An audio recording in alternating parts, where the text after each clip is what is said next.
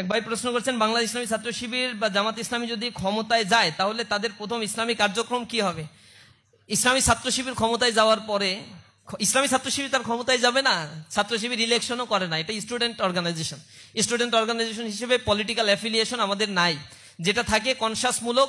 এবং আমরা সবসময় চেষ্টা করি যখন পলিটিক্যালি কোনো ক্রাইসিস তৈরি হয় তখন ভূমিকা রাখার জন্য, কিন্তু পলিটিক্যালি আমরা কোনো ইলেকশনে অংশগ্রহণ করি না। তবে কোনো ইসলামী দল ক্ষমতায় আসার পরে তার প্রথম কাজটাই হবে কল্যাণমুখী একটা রাষ্ট্র প্রতিষ্ঠা করা, যে স্টেট রাসূল করিম সাল্লাল্লাহু আলাইহি সাল্লাম প্রতিষ্ঠা করেছিলেন, মানবিক মর্যাদা সম্পন্ন স্টেট প্রতিষ্ঠা করা। এখানে একটা ফোবিয়া আছে, একটা হচ্ছে আমাদেরকে সোশ্যাল মিডিয়ায় এবং পশ্চিমারা আমাদের যেই জিনিসটা বুঝিয়েছে, এতদিন বুঝিয়েছে যে যদি জামাত ক্ষমতায় যায় বা কোনো ইসলামী দল ক্ষমতায় যায় তাহলে শরিয়া আইন বাস্তবায়ন করবে তারা। শরিয়া আইন কি? ওই হাত কেটে দাও, মেয়েদের বোরকা পরাবে জোর করে, এরপরে লেখাপড়া করতে যেতে দেবে না। একদিন আমি এক দলের প্রধান মহিলা, তার সাথে একদিন কথা বলতে বলতে একটা পর্যায়ে সে আমাকে বলছে, সে অনেক জ্ঞানী মানুষ, প্রচুর পড়াশোনা করে, প্রোফাইলও ভালো। তো তিনি আমাকে বলছেন যে তোমার একটা প্রশ্ন আছে আমার, তুমি একটু বলো তো বাবা, তোমরা যদি ক্ষমতায় যাও তাহলে আমার পেশায় কি আমারে থাকতে দেবা?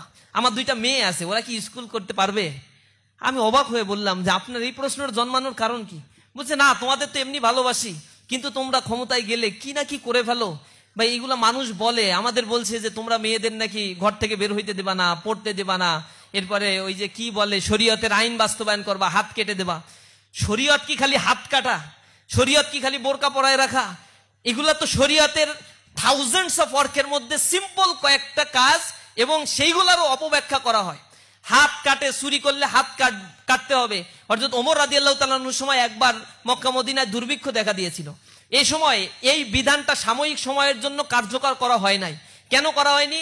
কারণ মানুষ দুর্ভিক্ষের কারণে খাদ্যই পাচ্ছিল না। তখন মানুষ চুরি করে হোক, যেভাবে হোক, নিজে সার্ভাইভ করার চেষ্টা করছিল। এই সময় ওমর রাদিয়াল্লাহু তাআলা আনহুর কাছে অত্যাধিক চুরির কেস যখন আসছিল, ওমর রাদিয়াল্লাহু তাআলা আনহু বলেছেন যে না, যতক্ষণ না পর্যন্ত সবার মুখে আমি খাদ্য পৌঁছে দিতে পারি ততক্ষণ না পর্যন্ত এই বিধান কার্যকর করা আমার জন্য শোভনীয় নয়। ইসলাম এরকম রিল্যাক্স, ফ্লেক্সিবল। আমাদের বলা হয় যে তুমি যদি ইসলামী আইন বাস্তবায়ন হয় তাহলে হিন্দু যারা থাকবে, অমুসলিম যারা থাকবে, তাদের তো তোমরা মনে হয় দেশ থেকে বের করে দিবা। কিন্তু ইসলামী শরীয়ত বলে অমুসলিমদের নিরাপত্তার বিধান ইসলামী রাষ্ট্রে মুসলমানদের করতে হবে আগে, অগ্রাধিকারের ভিত্তিতে। বলে যে জিজিয়া কর দিতে হবে, যে আমাদের কর দিয়ে থাকতে হবে, অনেক টাকা কর। ইচ্ছা করলে মুসলিম রাষ্ট্রে, এটা গরিব রাষ্ট্র হইলে জিজিয়া কর মওকুফ করে দিতে পারে, কিন্তু জাকাত মওকুফ করার কোনো ক্ষমতা কারো নাই। মুসলমানদের মাস্ট বি জাকাত দিতে হবে, আর জিজিয়া কর ডিপেন্ড করে রাষ্ট্রের পলিসির উপরে। ইচ্ছা করলে তারা মওকুফও করে দিতে পারে। আর এই করটা কেন নেয়? এখন ট্যাক্স দেন সরকারকে রাস্তাঘাট, ডেভেলপমেন্ট ওয়ার্ক, নিরাপত্তার কাজের জন্য। ঠিক অমুসলিমদের কাছ থেকে জিজিয়া কর নেওয়া হবে তাদের নিরাপত্তা, তাদের সেফটি সিকিউরিটি, তাদের ফুড সিকিউরিটি, তাদের কালচারাল সিকিউরিটি সবকিছু দেওয়ার জন্য এই জিজিয়া করটা ইসলাম নেওয়া হবে, ইসলাম নেয়। তো এইগুলো খুবই নর্মাল বিষয়, কিন্তু এইখানে শরীয়তের আইন বলতে বুঝায় বোরকা পরে থাকা, এরকম কয়েকটা জিনিস। কিন্তু শরীয়তের থাউজেন্ডস অফ রুলস আছে। শরীয়ত বলতে আমরা যেটা বুঝি, ইসলামী শরীয়ত, ইসলামিক ল, ইসলামিক যে সিভিল ল, ক্রিমিনাল ল, এই জিনিসগুলো একেবারে ডিফাইন করে দেয়া আছে। ইসলামী শরীয়ত বলে জাস্টিসের কথা। ইসলামী শরীয়ত যদি বাস্তবায়ন হয় তাহলে ওজনে কম দিতে পারবা না, এটা হচ্ছে শরীয়ত। আল্লাহ রাব্বুল আলামিন বলছেন ওয়াইলুল লিল মুতাফফিফিন, দুর্ভোগ বা ক্ষতি হচ্ছে তাদের জন্য যারা ওজনে কম দেয়। যখন নিজেরা ওজন করে নেয় তখন বেশি নেয়, আর যখন আরেকজনকে দেয় তখন কম করে দেয়। যারা এরকম করবে ইসলামী রাষ্ট্রে তাদেরকে অবাঞ্ছিত ঘোষণা করা হবে। এটা হচ্ছে নাগরিক অধিকার ফিরিয়ে দেয়া। ইসলামী রাষ্ট্রের শরীয়ত আইন বলতে বোঝায় জাকাত ভিত্তিক অর্থ ব্যবস্থা। এই জাকাত ভিত্তিক অর্থ ব্যবস্থা রিসার্চ করে দেখা গিয়েছে যদি একটা রাষ্ট্রে ইমপ্লিমেন্টেশন করা যায়, অল্প সময়ের মধ্যে একটা রাষ্ট্র থেকে দারিদ্রতা বিমোচন করা সম্ভব।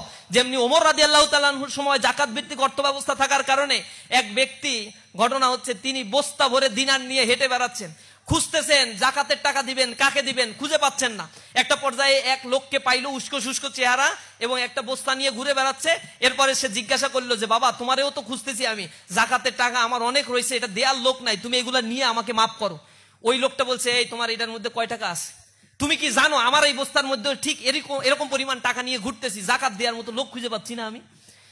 রাষ্ট্রীয় কোষাগার খুলে রাখছে যে জাকাতের অর্থ যার প্রয়োজন এখানে এসে তোমরা চাহিদা দিয়ে নিয়ে নিতে পারো, কিন্তু জাকাতের অর্থ নেওয়ার মতো লোক নাই। ওমর রাদিয়াল্লাহু তাআলা আনহুর খেলাফতের সময় এই ঘটনা, তিনি বলেছেন যে ফোরাতের তীরে যদি একটা কুকুরও অভুক্ত অবস্থায় থাকে, কিয়ামতের ময়দানে আমি ওমর সেদিন আল্লাহর কাছে দায়বদ্ধ থাকবো। ওমর রাদিয়াল্লাহু তাআলা আনহু রাজপ্রাসাদ করেন নাই, মসজিদে নববীতে শুয়ে শুয়ে জীবন কাটাতেন। এই হচ্ছে ইসলামী শরিয়ত। ইসলামী শরিয়ত যদি বাস্তবায়ন হয়, 2.5% জাকাত প্রত্যেক ধর্নাঢ্য ব্যক্তি যার নিসাব পরিমাণ সম্পদ, এটা বাধ্যতামূলক দিতে হবে।